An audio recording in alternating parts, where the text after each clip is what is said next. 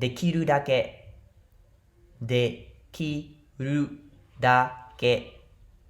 できるだけមានន័យថាតាមដែលអាចធ្វើទៅបាន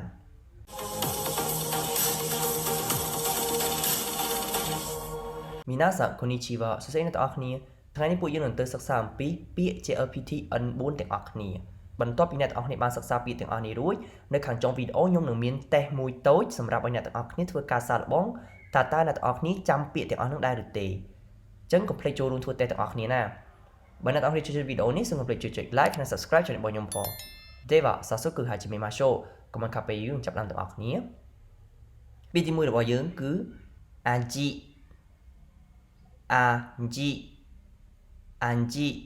មានន័យថារសជាតិអញ្ចឹងអ្នកនរគ្នាឃើញអក្សរពណ៌ខៀវនៅខាងលើនេះគឺយើងហៅថាអក្សរ Hiragana មានន័យថាយើងដាក់នៅពីខាងលើអក្សរកានជីនេះដើម្បីឲ្យយើងអានអក្សរកានជីនេះបានចំពោះអក្សរខាងក្រោមនេះយើងហៅថាអក្សរ Romanji ណាអក្សរ Romanji គឺរៀងរូបរាងដូចទៅនឹងអក្សរអង់គ្លេសដែលយើងហៅថា sing ហ្នឹងគឺយើងដាក់របៀបជា sing អង់គ្លេសមួយដើម្បីឲ្យយើងអានអក្សរកានជីនេះបានដូចគ្នាដែរណាអញ្ចឹងអ្នកនរគ្នាអាចធ្វើការអានតាមខ្ញុំដើម្បីឲ្យកាន់តែឆាប់ចាំហើយនឹងបញ្ចេញសំឡេងបានច្បាស់លាស់អាជីឥឡូវមើលពាក្យបន្តអាកាចាន់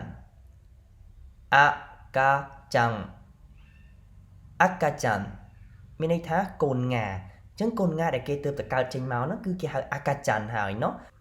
ឥឡូវយើងអានទាំងអស់គ្នាអាកាចាន់ឥឡូវមើលពាក្យបន្តអានណៃ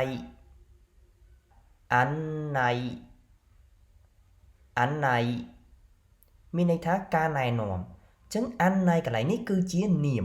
ការណែនាំនោះគឺយើងប្រើនៅពេលដែលនរណាម្នាក់ណែនាំយើងពីអីគេមួយเนาะគឺយើងប្រើដូចណែនាំចូលកន្លែងណាមួយចូលកន្លែងអង្គុយចូលអីគឺយើងអាចប្រើបានដែរណាអញ្ចឹងនៅពេលដែលយើងប្រើវាជាកិរិយាសព្ទគឺយើងគ្រាន់តែបូកស៊ឺនៅពីខាងក្រោយព្រោះថាពាក្យនេះគឺ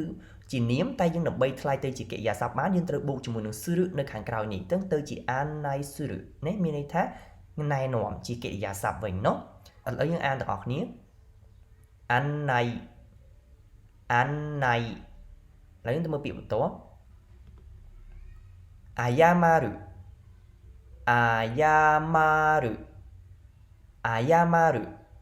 មានន័យថាសូមអភ័យទោសអញ្ចឹងសូមអភ័យទោសនេះគឺវាមានន័យដូចទៅនឹងពាក្យថា Gomen nasai ដែលយើងបានរៀនរួចហើយតាំងពីដំបូងតើតូនទៅនឹងការរាក់ទាក់គ្នាជាភាសាជប៉ុនเนาะអញ្ចឹងពីរនេះអ្នកទាំងអស់គ្នាចង់ប្រើមួយណាក៏បានដែរអាយ៉ាម៉ារុគ្រាន់តែថារបៀបប្រើវាអាចរៀងខុសគ្នាបន្តិចមានន័យថាអាយ៉ាម៉ារុនោះគឺយើងអាចប្រើវានៅតែឯងទេតែពាក្យថា Gomen nasai គឺយើងនិយាយតែម្ដងណា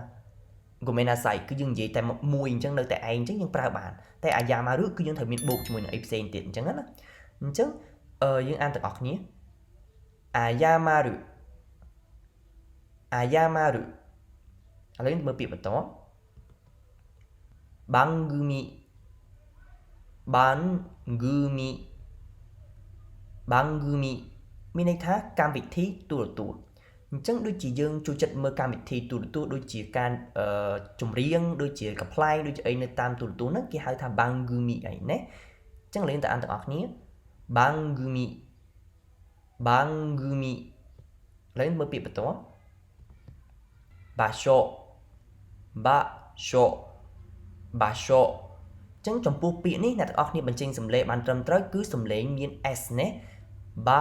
សូមិនមែនបាសូទេបើយើងអ្នកទាំងអស់គ្នាអានបាសូគឺខុសហើយណាពាក្យនេះគឺអត់ត្រឹមត្រូវទេយើងអានឲ្យត្រឹមត្រូវគឺត្រូវមានសំឡេង s អញ្ចឹងបា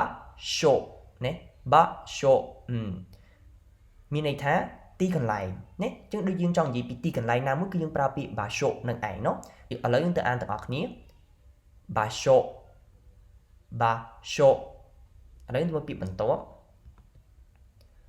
美術館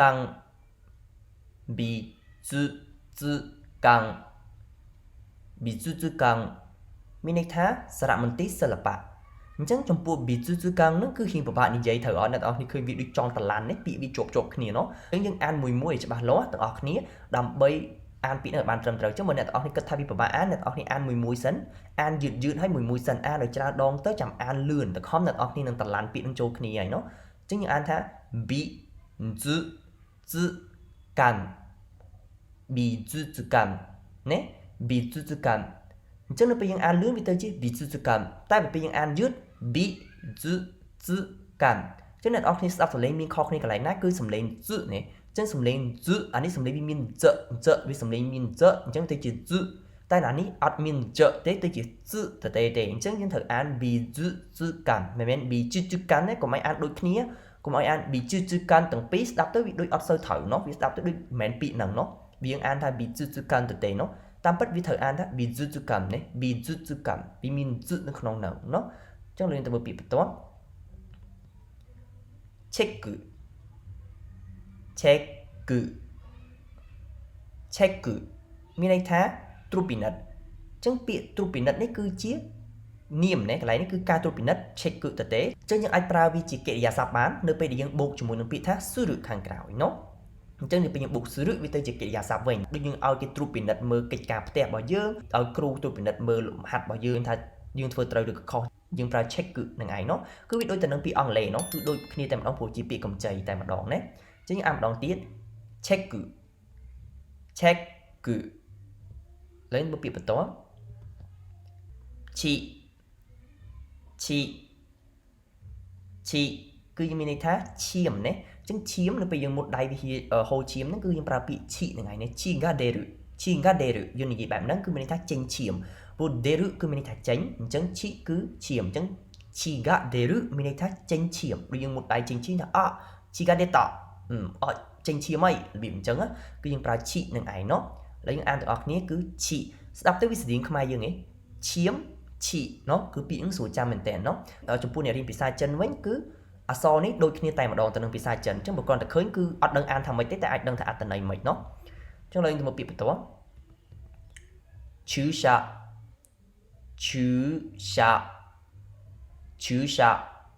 មានន័យថាចាក់ថ្នាំ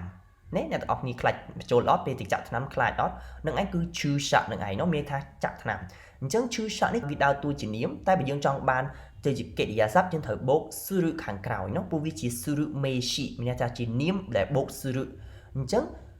យើងចង់និយាយថាទៅចាក់ថ្នាំយើងអាចនិយាយថា chusha ដាក់ suru ទៅពីខាងក្រោយនេះទៅជា chusha suru เนาะមានន័យថាចាក់ថ្នាំណាអញ្ចឹងឥឡូវយើងទៅអានទាំងអស់គ្នា chusha អញ្ចឹង chu គឺរៀងអូសសលេងឲ្យវែងបន្តិចណាអ្នកទាំងអស់គ្នាព្រោះវាមាននៅខាងចុងទៀតយើងអាចអានថា chusha អញ្ចឹងទេតែយើងអានតែ chusha វាខុសហើយព្រោះថាពាក្យគេគឺវែង chu ណា chu វាមាននៅខាងចុងអញ្ចឹង chusha ណាឥឡូវយើងទៅមើលពាក្យបន្ទាប់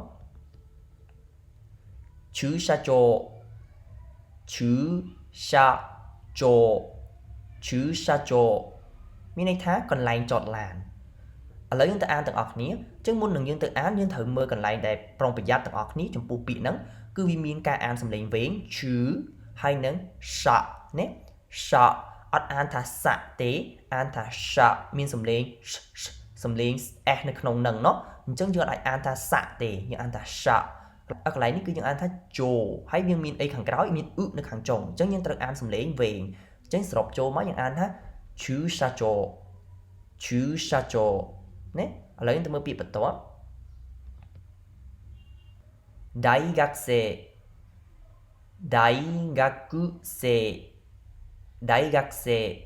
មានន័យថានិស្សិតចឹងអ្នកទាំងអស់គ្នាមានបានចាប់អារម្មណ៍ការអានរបស់ខ្ញុំអត់គឺយើងអត់អាន daigakuse ទេច្បាស់ទេអញ្ចឹងកន្លែងនេះពីជនជាតិជប៉ុនជនជាតិដើមជនជាតិបាត់បំបត្តិអក្សរខឹប៉ុន្តែវាអត់មែនបាត់ទាំងស្រុងទេគ្រាន់តែគេហ៊ានបន្ទន់សលេងបន្តិចអត់ចេញខឹច្បាស់គេចេញតែបន្តិចទេអញ្ចឹងទៅជា daigakuse គេមានន័យថាមានខឹហ្នឹងគឺតិចមែនតើเนาะបើយើងអានថា daigakuse ត្មងក៏បានដែរប៉ុន្តែវាស្ដាប់មកវាដូចអត់សូវដូចជនជាតិដើមភាគច្រើនគេបំបត្តិអាខឹហ្នឹងនៅពេលដែលមានពាក្យ gakse ហ្នឹងតែលើគ្រូយើងនិយាយ gakse เนาะមិនបានទៅជា gakse ទេសារទៅកន្លែងនេះគាត់អានបំបត្តិអក្សរខឹនឹងមួយเนาะតម្លាក់សលេងកន្លែងខឹនឹងរៀងទៀបខ្លាំងស្ដាប់អត់ចង់លឺទៅ gak ហើយ se តែម្ដងណាគេភ្ជាប់ទៅគឺលឺទៅ gakse អញ្ចឹងយើងអានថា daigakuse មិនមែន daigakuse ទេយើងអាចនិយាយខឹក៏បានដែរគ្រាន់តែវាអត់សូវធម្មជាតិណាអញ្ចឹងចំពោះពាក្យ daigakuse នេះគឺយើង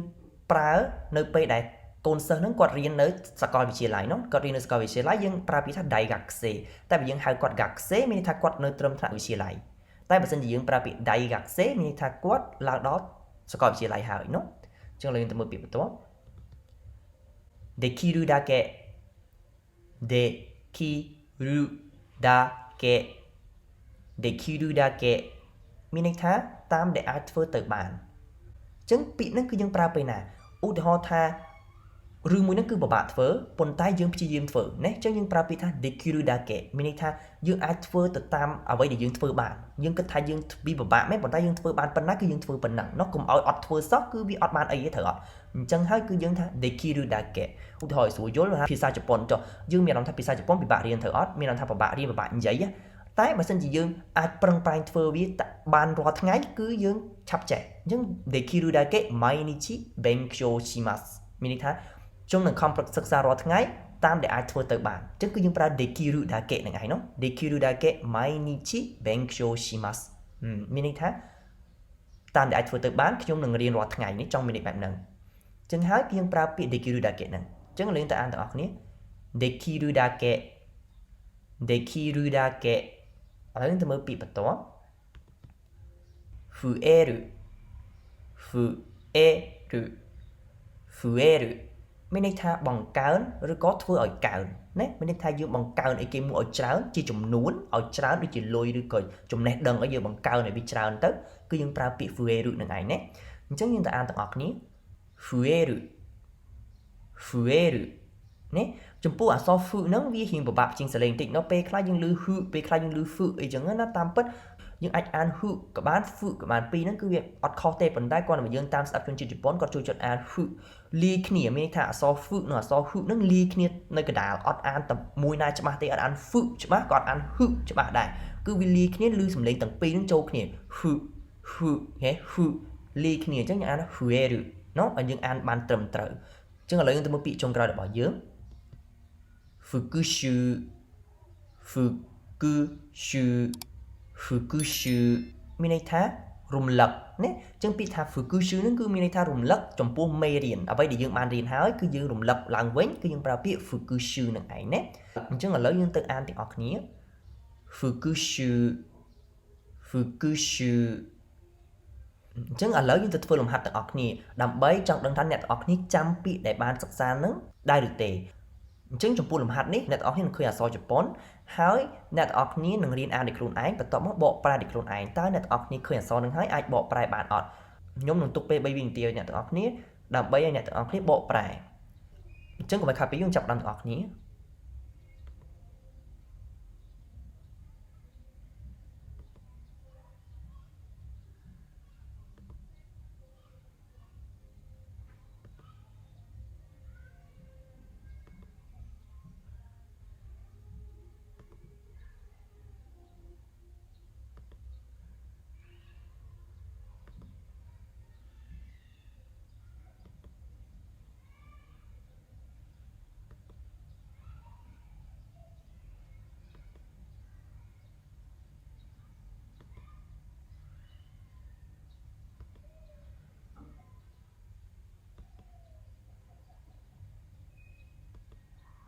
អូខេ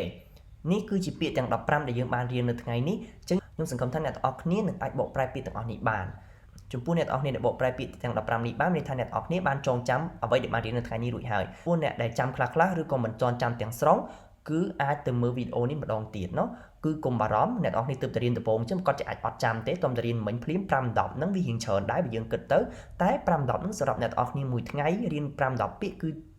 វាល្មមណាវាអត់ច្រើនពេកក៏វាអត់តិចពេកដែរអញ្ចឹងល្មមអ្នកទាំងអស់គ្នាអាចសិក្សាបានអញ្ចឹងបើអ្នកទាំងអស់គ្នាយល់ថាកន្លែងណាដែលអត់ទាន់ចេះបកអត់ទាន់យល់ថាប្រើយ៉ាងម៉េចអាចទៅត្រឡប់ទៅមើលវីដេអូឡើងវិញខ្ញុំនឹងមានបញ្យល់ថាតើពេលណាគួរទៅប្រើនេះប្រើនៅកន្លែងទេសៈណាអញ្ចឹងណាអញ្ចឹងសង្ឃឹមថាអ្នកទាំងអស់គ្នានឹងចូលចិត្តវីដេអូមួយនេះそれではまた次回の動画でお会いしましょうជួបគ្នានៅវីដេអូវគ្គក្រោយទៀតបាយ